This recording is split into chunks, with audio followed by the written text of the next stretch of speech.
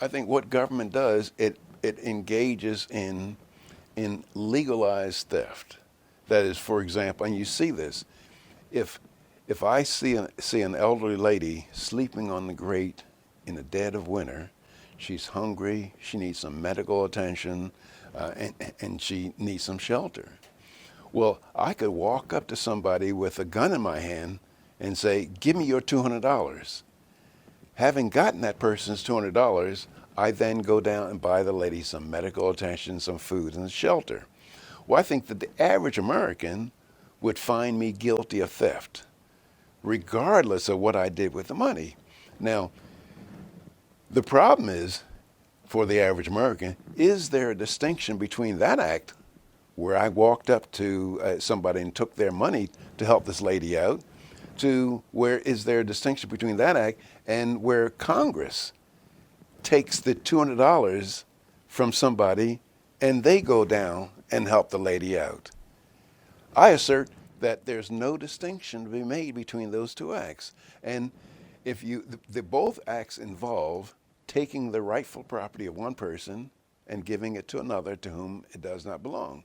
And if you press me for a distinction between the two acts, the first act, where I walked up to somebody and took their $200, that is illegal theft. The second act, where Congress takes somebody's money to help somebody else, that is legal theft.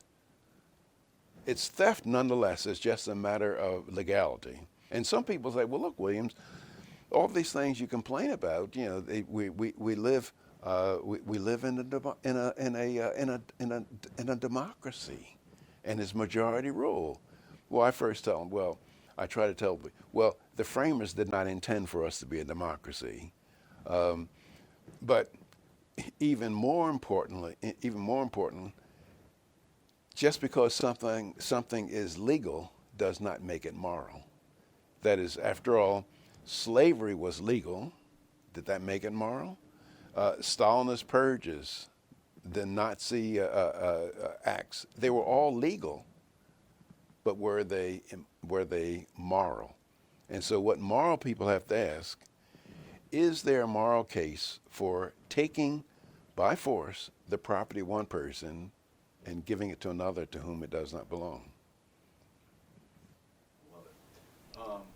Let's just touch on this subject a little bit, but I read my hero in a sense. He was a very gifted man and a great man of history, but an extremely misguided person in the way we look at things.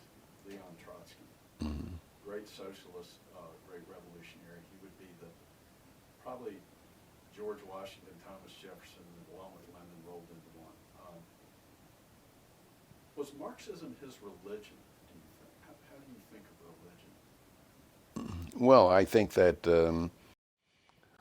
religion is, and this I'm not absolutely sure about this, is that religion is something that we take on faith. That is, we ignore evidence, and we have to take it on faith.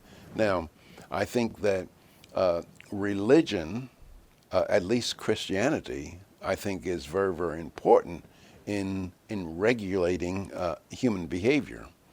And as a matter of fact, if you look around the world and you say, well, in what societies is there greater humane treatment? Well, it tends to be in Christian societies, because people, one of the lessons of Christianity is the golden rule, and the Ten Commandments. But that's not what Marxism is about. Marxism is not about how to treat your fellow man decently. Your Marxism is about how to, matter of fact, Marxism requires an attack on religion and an attack on the family, because the Marxism wants people's primary allegiance to be to government, not to religion, not to their family, but to government.